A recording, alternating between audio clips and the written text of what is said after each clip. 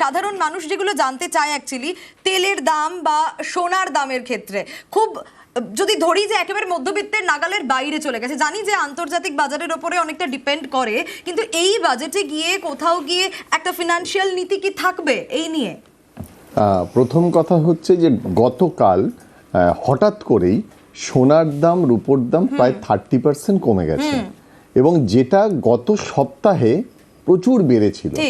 এবং সেটা কেন আমরা জানি যে সোনার দাম নির্ধারিত হয়, এর সঙ্গে সরাসরি সম্পর্ক আছে অপরিশোধিত তেল আমরা কত দামে কিনছি এবং সেটা কিভাবে ব্যবহার। যদিও তেল বেশি দামে কিনি তাহলে স্বাভাবিকভাবে এটা বেড়ে যাবে, সব কিছুর দাম বেড়ে যাবে। এই যে জিও পলিটিক্সের কথা বলছি, ভারতবর্ষের অর্থনীতি অনেকটা নির্ভর করছে এই আন্তর্জাতিক ছবিটাতে। তেল কার কাছ থেকে কিনবো, ভেনিজুয়েলার কাছ থেকে কিনবো নাকি রাশিয়ার কাছ থেকে কিনবো? আমেরিকা তো চাপ দিচ্ছে আমেরিকার কাছ থেকে তেল কেনার জন্য, এখানেই গন্ডগোলটা বেঁধেছে। সুতরাং মধ্যবিত্ত বড় ক্ষতি হবে, দ্রব্যমূল্য অনেক বেড়ে যাবে যদি তেলের দামটা বেড়ে যায়। সঙ্গে সঙ্গে সোনার উপর দাম তো বাড়বেই, সঙ্গে প্রতিদিনের আমাদের যে পেট চালানো মধ্যবিত্তের হেসেলের খরচ সেটা অনেকটা বাড়বে। তুমি এর আগে একটা প্রশ্ন করেছিলে জেনজির কথা। জেনজি কিন্তু এই বাজেটে তাকিয়ে আছে এআই এর এক্সপেনশন কতটা হবে এবং সেক্ষেত্রে কতটা আইটি এবং তথ্য প্রযুক্তির ক্ষেত্রে এআই এর ক্ষেত্রে কত বিনিয়োগ করা হবে। এবং একই সঙ্গে এই প্রশ্ন থাকবে এআই এ বিনিয়োগ করা হলে যে হিউম্যান রিসোর্স সেটা কি কমে যাবে, তার ব্যবহার কি কমবে, এই প্রশ্নটা কিন্তু অবশ্যই থাকবে। আমি যে কথাটা বলবো, সারা ভারতবর্ষে তুমি জানো যে আলোড়ন হচ্ছে গিগ কর্মচারী যারা এই বিভিন্ন সময়ে তাড়াতাড়ি ডেলিভারি দেয়, বিভিন্ন কোম্পানি আছে তাদের কর্মচারীরা, তাদের বেতন বাড়ানোর অসংগঠিত ক্ষেত্রে এটা একটা বড় অংশ, কিন্তু শুধু আমাদের রাজ্যে না সারা ভারতবর্ষে যারা গিগ কর্মচারী তাদের বেতন বাড়ানোটা দরকার।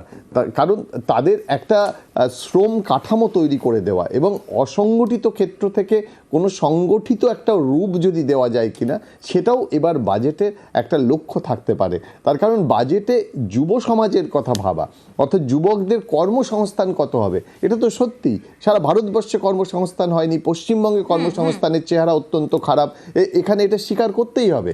এবং কেউই কোনো রাজ্য বা দেশ ধোয়া তুলসী পাতা নয়, যুবকদের সামনে তেমন দিশা দেখাতে পারছে না। তাই এবার বাজেটটা যুবকদের কাছে অত্যন্ত গুরুত্বপূর্ণ যে তাদের জন্য কোনো একটা সিলভার লাইন বা হোপ আছে কিনা, যে এই বাজেট হয়তো নতুন দিশা দেখাতে পারবে কিনা। একেবারে অবশ্যই সেদিকে তো নজর থাকবে। শতরূপাদির কাছেও আসবো। শতরূপাদি, আপনার রিয়াকশন তো নেবই, এবং এমএসএমই এর ক্ষেত্রেও যেটা সুভাষিস দা বললেন, কোথাও গিয়ে কি মানে বাস্তবে সেটা আমরা ইমপ্লিমেন্টেশন দেখতে পাবো নাকি কাগজ কলমেই গোটা বিষয়টা সীমাবদ্ধ থাকবে? সোনিয়া, আমি জাস্ট তোমার কথায় আসার আগে বিশ্বজিৎ বলছিল যে অসংগঠিত শ্রমিকদের জন্য কি করা হবে। ভেরি রিসেন্টলি বোধহয় মাসখানেকের মধ্যে, গত মাসখানেকের মধ্যে আমি বলছি, নতুন লেবার লজ এসছে, সেটা হিউজলি আপগ্রেডেড। এবং কন্ট্রাকচুয়াল লেবার যারা অসংগঠিত তাদের, আমি লেবার এই কারণে বলছি যে যারা এই ফুড ডেলিভারি করে বা মানে যারা ডেলিভারি তারাও ওর মধ্যে পড়ে, বিকজ ওদের জন্য কোনো আলাদা কোনো শ্রেণী নেই। তো এই যে হিউজ লেবার লজ রিফর্ম হয়েছে সেটা আই এম শিওর বাজেটের মধ্যে রিফ্লেকশন আমরা দেখতে পাবো, মানে তাদের বেতন টেতন যেগুলো বিশ্বজিৎ বলল। আচ্ছা, এবার তোমার কথায় আসি। তুমি যেটা বললে যে সব কিছুই কি কাগজে কলমে নাকি অ্যাকচুয়ালি দেখতে পাবো। দেখো, এমএসএমইর জন্য এই প্রথমবার নয়, আমি বলছিলাম তো আমাদের তো কন্টিনিউ করছে, আমাদের এটা নবম বাজেট।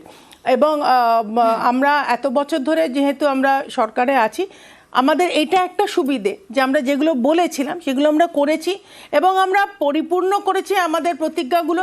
তারপরে সেটাকে আরও কোথায় উন্নতি লেভেলে নিয়ে যাওয়া যায়, মানে উন্নতি অন্য লেভেলে নিয়ে যাওয়া যায় আরও উঁচুতে, সেটা আমরা কন্টিনিউ করতে পারছি। রিঅ্যাকশন নেই, কারণ এখনো পর্যন্ত যে প্রমিসগুলো করা হয়েছে সেগুলো পরিপূর্ণ হয়েছে, মানে বলছেন শতরূপাদি কি বলবেন? ও তো বলতেই হবে, ও তো দলের হয়ে এসেছে, ও তো ইকোনমিস্ট হয়ে আসেনি, তাহলে সত্যি কথাটা বলতে পারতো।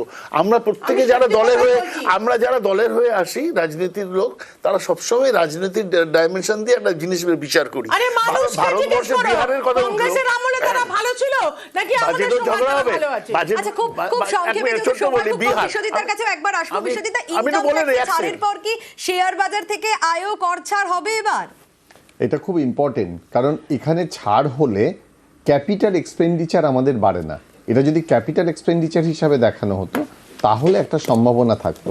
সুতরাং একটা জিনিস ভাবতে হবে, একটা সম্ভাবনা আছে, কিন্তু তুমি জানো যে আজকে বাজেটের জন্য শেয়ার বাজার খোলাও আছে এবং কালকে এই যে দামটা পড়ে গেছে তার একটা কারণ কিন্তু এটা। সুতরাং এই যে একটা অপেক্ষা, আমরা আর কিছু সময়ের মধ্যেই জানতে পারবো। এইটা একটা যুগান্তকারী পদক্ষেপ হবে যদি দেখা যায় যে মানে একেবারে শেয়ার বাজারের ক্ষেত্রেও এই ছাড়টা দিচ্ছে, সেটা গুরুত্বপূর্ণ। এই যে আমি সুভাষিস দার সঙ্গে একটা কথায় খুব দ্বিমত পোষণ করি, যে বলছে গ্যাসের দাম কংগ্রেস জামানায় যা ছিল এখন বেড়েছে। দেখুন, ব্যক্তিগতভাবে কোনো রাজনৈতিক বিশ্বাসে না, আমি মনে করি গ্যাস ভারতবর্ষের যত সংখ্যক মানুষ ব্যবহার করে আমাদের সবার টাকায় কেন সেইটাতে ভর্তুকি দেওয়া হবে? অর্থনীতি চাঙ্গা হলে, যে দেশের বা যে রাষ্ট্রের অর্থনীতি আস্তে আস্তে চাঙ্গা হবে, গ্যাস থেকে ভর্তুকি তুলে নেওয়া উচিত। কারণ গ্যাস যারা ব্যবহার করে তাদের সেই ক্রয় ক্ষমতা আছে, ব্যবহার করতে পারে। এইটা জনমুখী বাজেটের ক্ষেত্রে হয় যে সব মানুষের মন, কারণ ভাবুন সবার টাকা একটা ছোট অংশের উপরে বিনিয়োগ করা হচ্ছে, অর্থাৎ যে 17% মানুষ গ্যাস ব্যবহার করে তাদের দাম কমিয়ে লাভ কি হচ্ছে?